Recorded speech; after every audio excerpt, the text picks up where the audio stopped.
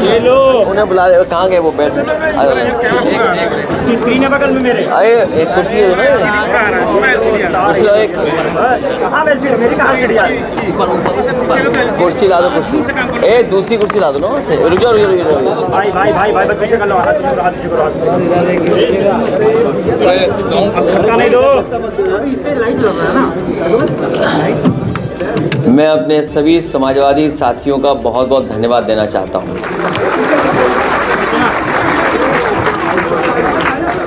कल ही रात से एक समाजवादी कार्यकर्ता तैयार था आंदोलन के लिए।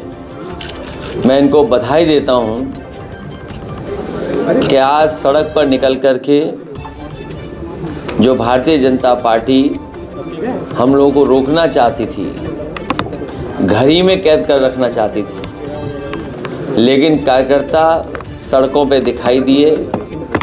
और आज त्यौहार के दिन होने की वजह से, नवरात्र का आज त्यौहार है, हर घर में आज त्यौहार मनाया जाता है। इस संघर्ष को इसी तरह हम लोग जारी रखेंगे।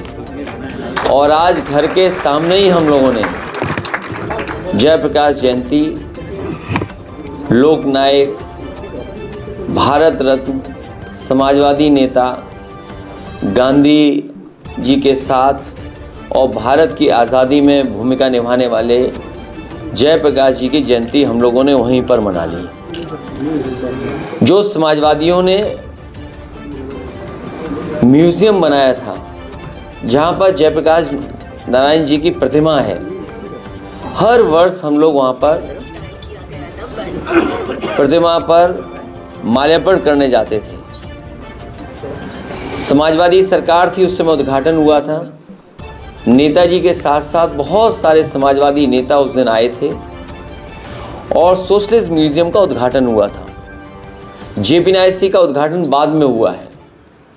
जेपीएनआईसी वो बिल्डिंग है जो वर्ल्ड क्लास स्ट्रक्चर बना हुआ है, जिसके अंदर आज के समय पे जो मॉडर्न चीज़ें हैं, जिस तरीके से इंडिया हैबिटेट सेंटर बना हुआ है दिल्ली में, बड़े बड़े कल्चरल प्रोग्राम या कॉन्फ्रेंसेस होती हैं और समय समय पर वहाँ पर कार्यक्रम होते हैं, उससे भी बेहतर लखनऊ में नेताजी ने शिलान्यास किया था और पिछली समाजवादी सरकार में उसको पूरा किया गया था।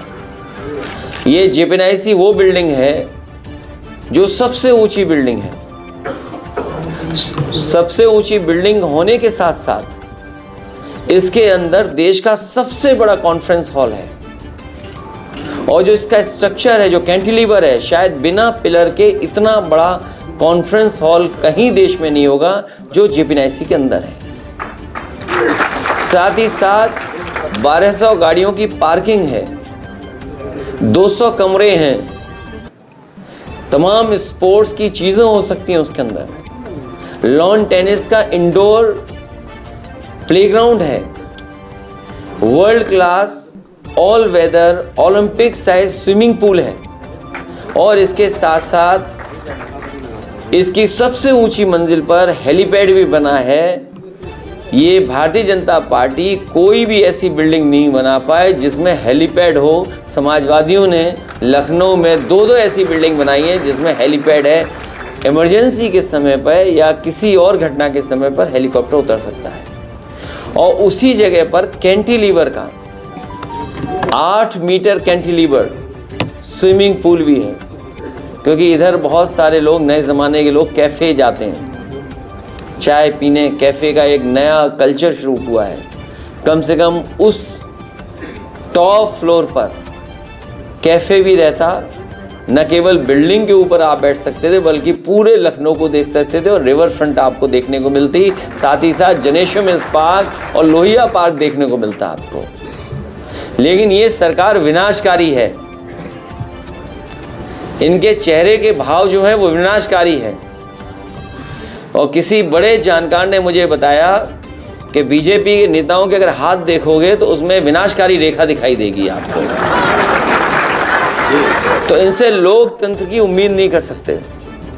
ये लोकतंत्र को ख़त्म करने वाले लोग हैं। लोकतंत्र की कोई और जो संविधान में व्यवस्था है उसको नहीं मानने वाले लोग हैं। ये भारतीय जनता पार्टी के लोग जो बहाना ले रहे हैं कि वहाँ पर आपको बिच्छू दिखाई दे जाते, अगर इन्हें इतनी ही चिंता थी बिच्छू की तो सफाई क्यों नहीं कराई इन्होंने? इस म्यूज़ियम का रखरखाव क्यों नहीं किया? इस बिल्डिंग को पूरा क्यों नहीं किया? लेकिन अपने लोगों को उन्हें लाभ पहुंचाना था। 70 करोड़ रुपए इसके सैंक्शन हुए हैं। समय समय पे हम लोग अखबार में पढ़ते हैं कि ये बिल्डिंग पूरी की जाएगी।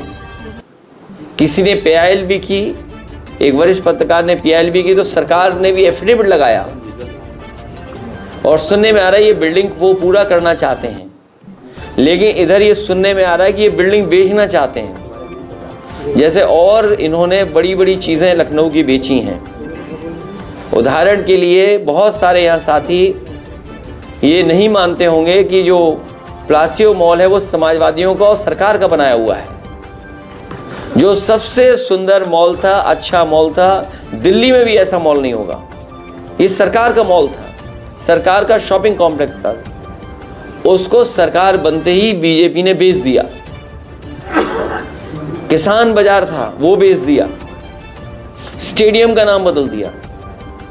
हम समाजवादियों ने जो बिल्डिंगें बनाई, चाहे कैंसर इंस्टीट्यूट हो, किसी समाजवादी नेता के नाम पर नहीं रखा, न प्रतिमा लगाई। लोक भवन में कभी भी किसी की प्रतिमा हम लोगों ने नहीं लगाई, लेकिन लोक भवन में भी इन्होंने प्रतिमा लगा दी है। पार्क और लोहिया पार्क देखने को मिलता है आपको, लेकिन ये सरकार विनाशकारी है। इनके चेहरे के भाव जो हैं वो विनाशकारी है। और किसी बड़े जानकार ने मुझे बताया कि बीजेपी के नेताओं के अगर हाथ देखोगे तो उसमें विनाशकारी रेखा दिखाई देगी आपको। तो इनसे लोकतंत्र की उम्मीद नहीं कर सकते।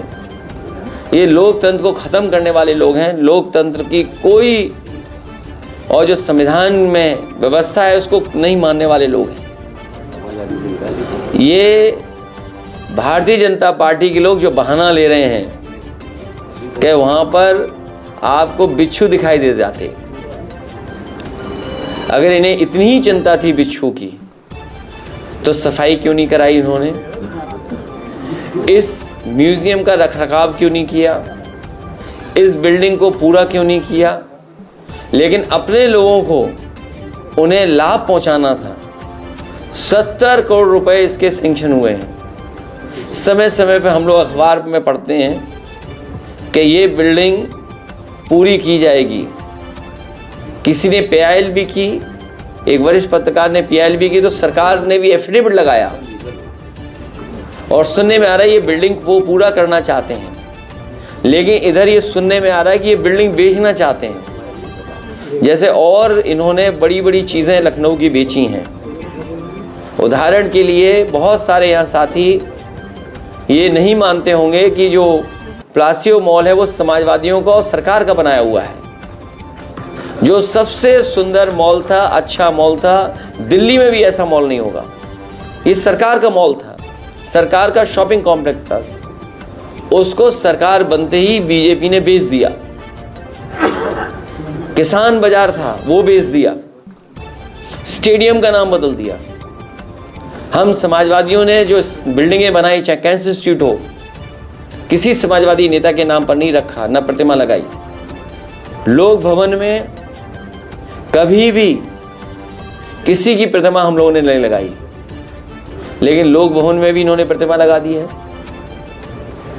तो ये तो यही परंपरा जारी रखना चाहते हैं कि आज हम आपके महापुरुषों को सम्मान नहीं करने दे रहे हैं, कल आपकी सरकार बन जाए तो आप भी महापुरुषों को सम्मान मत करने दो। तो ऐसे लोग लोकतंत्र को मानने वाले लोग नहीं हैं। और जेपीएनआईसी बिल्डिंग जब कभी समाजवादियों को मौका मिलेगा बनेगी, पूरा किया जाएगा। और ये कब तक लगा के रखेंगे टीन शेड? 1 दिन, 2 दिन, 3 दिन, 1 हफ्ता, 6 महीना, 2 साल बाद तो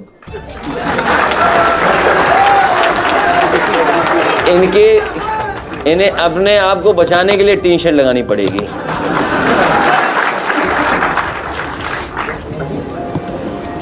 मैं अपने कार्यकर्ताओं को बधाई देता हूं कि नवरात्र के त्यौहार की परवाह किए बिना जो लोग थोड़ी बहुत पूजा करके आ गए हैं, लेकिन बहुत सारे लोग पूजा नहीं कर पाए। अगर पूजा नहीं कर पा रहे तो उसका दोषी और पाप किसी को लगेगा तो मुख्यमंत्री जी को पाप लगेगा। हम भी पूजा नहीं कर पाए, हम भी भगवान से प्रार्थना करेंगे, देवी से प्रार्थना करेंगे कि जिनकी वजह से आज हम पूजा नहीं कर पाए हैं उन्हीं पे पाप पड़े।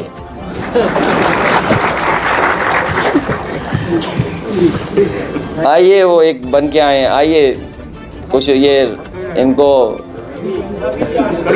आइए आइए।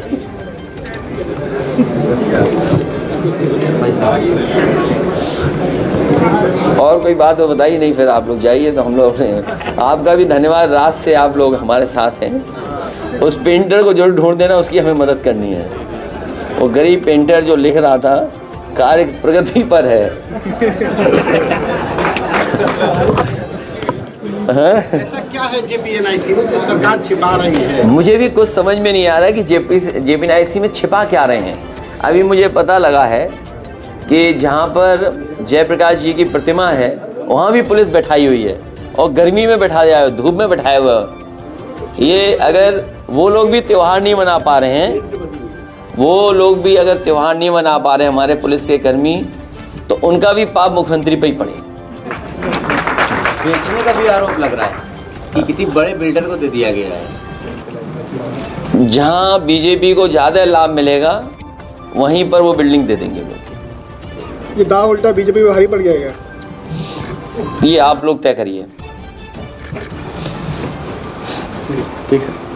और ये जो अगर वीडियो हो पुलिस कैसे बैठी है वो दिखाइए जरा।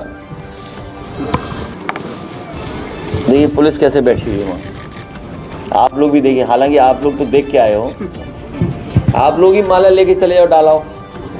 पुलिस अगर हम लोगों को रोक रही है तो प्रेस को तो नहीं रोक रही होगी। मीडिया को भी रोका। नहीं, इसका वीडियो अगर हो तो दिखाइए, अगर हो। जी, आपकी एक महिला सभा की नेता को भी वहाँ से अरेस्ट किया गया अकेले।